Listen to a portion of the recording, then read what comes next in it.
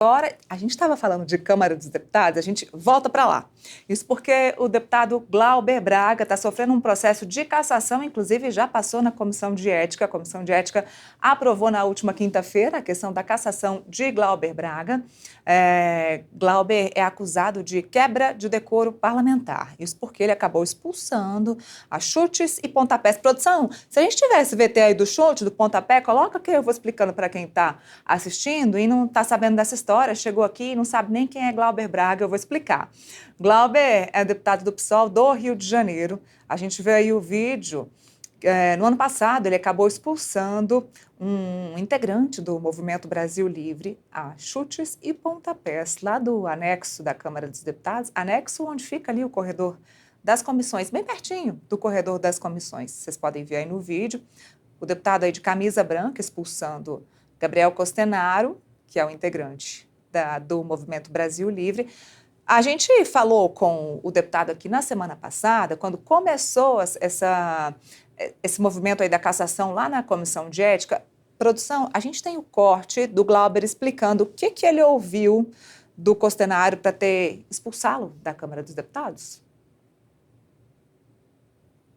É um mini bandido que vinha reiteradamente a encontros que o mandato realiza para fazer provocações, ameaçar militantes nossos, ameaçar a mãe de um militante nosso, que é coordenador do meu mandato, que é uma pessoa idosa, e fez isso, inclusive, tendo como consequência um boletim de ocorrência.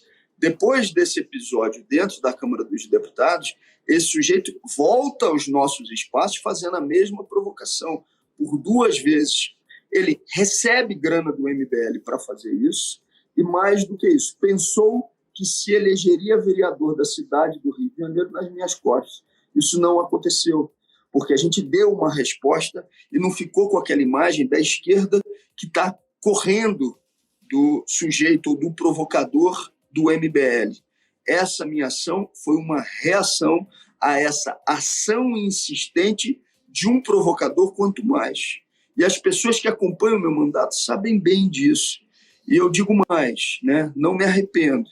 Minha mãe faleceu 1 mês depois disso daí acontecer. Ele xingou minha mãe e tem vídeos de sobra circulando mostrando isso, dos piores nomes. E eu fico pensando como que eu estaria hoje refletindo se não tivesse defendido a honra da minha mãe em vida. E digo mais, a pessoa que olha num primeiro momento a cena pode não concordar com ela, mas coloca no meu lugar e pensa também numa outra pessoa ofendendo a sua mãe. O que eu mais ouvi durante o período é: se fosse com a minha mãe, eu não faria diferente ou faria até pior. Eu, evidentemente, não gostaria de que a cena existisse. Só que para que essa cena não existisse, não tinha que haver um provocador mini bandido de maneira reiterada indo atrás de mim e do mandato exatamente para exigir essa reação que foi de legítima defesa para repelir uma injusta agressão. Deputado, o senhor afirma que esse integrante do MBL xingou a sua mãe, proferiu ofensas a ela, o que levou o senhor a ter essa reação. Como é que foi esse xingamento? Ele xingou, filha da pi, ou foi algo pessoal, alguma crítica pessoal a ela? Não foi crítica pessoal, ele chamou ela de corrupta, ela de bandida, fez isso de maneira reiterada. E eu, evidentemente, não aceito isso, e não aceito ontem, não aceito hoje, e não vou aceitar amanhã. Bom, tá aí a justificativa do Glauber Braga por ter expulsado o integrante do MBL da Câmara. Pois bem, o processo acabou passando, tentaram obstruir o processo, né, os aliados da base governista tentaram obstruir o processo na Câmara dos Deputados. Inclusive, aconteceu uma coisa que quase nunca acontece. Havia sessão plenária, sessão marcada para acontecer, já tinha lá a maioria dos deputados presentes, batendo ponto, participando da sessão plenária. A sessão plenária acabou começando lá para 7 horas da noite. Foi um sinal claro de Hugo Mota de manter a comissão de ética acontecendo para caçar de fato o deputado Glauber Braga, pois foi isso que aconteceu. No dia seguinte, indignado, né, na noite de quarta para quinta-feira, o deputado acabou dormindo no chão da comissão lá do Conselho de Ética. Ele que continuou por lá, tá? Fazendo greve de fome. Deputados aí, outros deputados aliados estão bastante preocupados com ele. Teve culto ecumênico, teve aliado fazendo culto ecumênico lá na quinta-feira de manhã com ele. Então, todo mundo presente com ele lá na comissão de ética. A gente vê aí, ó, imagem do deputado no chão, aqui, deputado no chão, lá da comissão de ética. Depois ele acabou trocando de roupa. Não comeu, tá, gente? Ele ainda não comeu, inclusive. Acabou fazendo exames de sangue hoje, se alimentou por meio de soro. Ele tomou soro, sim, mas não se alimentou, ou seja, para ele a greve de fome está valendo e, de acordo com ele próprio, já perdeu aí 2 quilos de quarta-feira à noite até agora. Bom, ele que diz que vai continuar essa manifestação até quando for necessário. A gente conversou com aliados, principalmente o deputado Chico Alencar, que esteve presente durante todo esse processo defendendo o deputado Glauber Braga, que vale destacar, o deputado Glauber Braga é um deputado bastante dinâmico, bastante aí, articulado e que traz sempre movimentos que podem incomodar outros parlamentares, principalmente o ex-presidente da casa, Arthur Lira. Eu falei ontem com o deputado Chico Alencar e perguntei a ele que perseguição política é essa. Ele diz que é uma perseguição política, ele diz que é uma perseguição política clara de Arthur Lira para calar a boca do deputado Glauber Braga e também da direita, principalmente do ex-presidente Jair Bolsonaro. Perguntei também a Chico Alencar o que a base governista, o que o partido dele pretende fazer daqui para frente, porque qualquer ação que foi impetrada agora no Supremo Tribunal Federal pode gerar um retorno, ou seja, o STF vai dizer que isso não é assunto do STF, isso é assunto da Câmara dos Deputados, vocês, deputados, que se resolvam. Mas vamos ver o que ele falou sobre isso. Essa ação judicial, ela seria impetrada apenas depois de uma possível decisão no plenário da Câmara dos Deputados? Nós estamos discutindo ainda. É claro que o processo não está concluído. Então, se a gente se precipitar, agora, o Supremo pode não só falar essa obviedade, que não há ainda a cassação de mandato, não existe o fato jurídico completo, concluído, e, por outro lado, alegar, como muitas vezes faz, não, isso é um assunto interna corporis, é um assunto de um outro poder, a gente não vai interferir. Então, a gente tem que ir com muita precisão, muita exatidão, e a tendência a gente ainda não fechou em relação a isso, há opiniões divergentes entre os nossos assessores jurídicos, mas a tendência é isso, esgotar todos os recursos regimentais da própria Câmara e depois agir no Judiciário. Mas, repito, ainda estamos discutindo porque há muitas possibilidades desde já.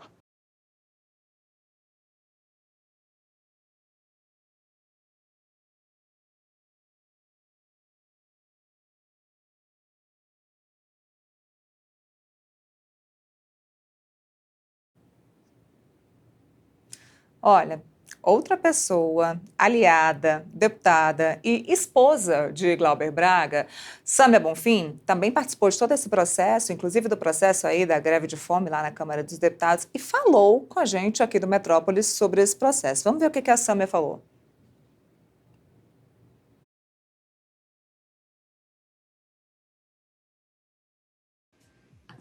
Olha, a greve de fome é para valer. O Glauber tomou essa decisão sem consultar ninguém, sem avisar para ninguém, até porque ele sabia que ele seria, ou a gente tentaria ao menos dissuadi-lo de tomar essa decisão, que ela é muito, muito radicalizada e demanda muito, né, fisicamente, emocionalmente dele e de muitas outras pessoas que estão agora apoiando, né, da maneira possível, cercando de solidariedade, com a estrutura logística, revezamento, a uma equipe de médicos também voluntários, mas também a equipe aqui do Departamento Médico da Câmara, que está apoiando no sentido de ver como está a pressão, como está a saúde dele, está tudo muito bem. E o que ele me disse mais cedo, eu perguntei para ele, né, até onde ele quer ir com essa história, me disse que até a justiça, que até essa injustiça ser desfeita.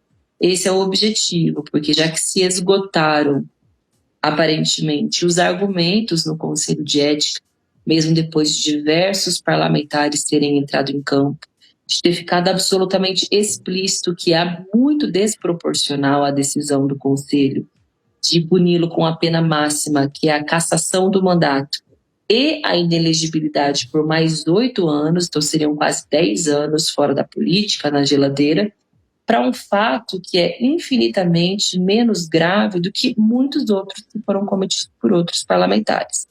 Tentaram dar um golpe de Estado, cometeram um assassinato, espancaram a namorada, todos eles amplamente repercutidos na imprensa, é de conhecimento dos deputados, mas que por um corporativismo, por verem nesses outros deputados como alguém deles, os defende.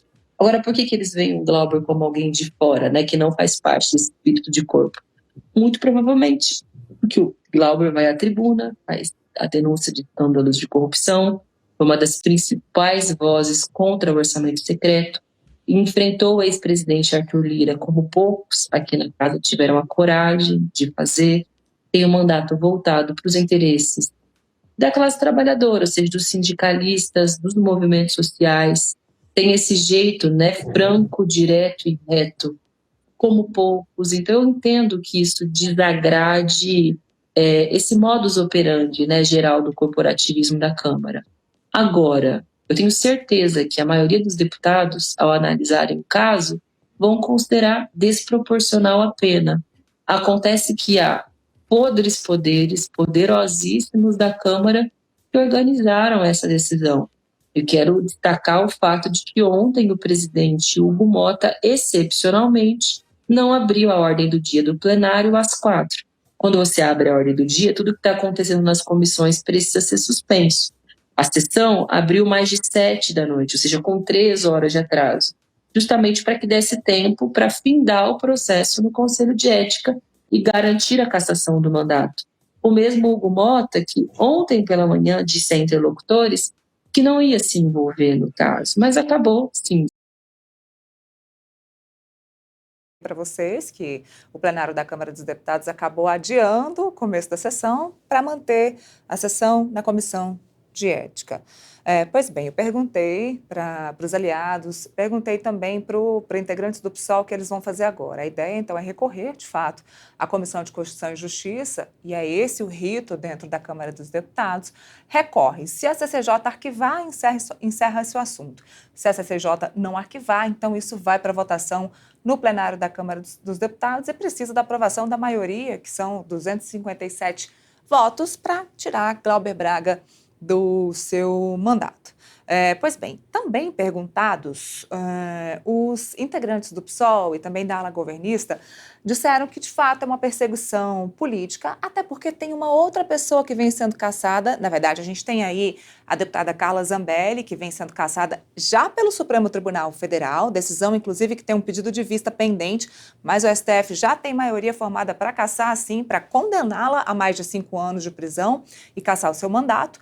Tem também a história do deputado Chiquinho Brazão, que está pendente. Então, assim, se o caso do Glauber demorar assim como está demorando o Chiquinho Brazão, eles têm muito tempo ainda para conversar sobre esse assunto.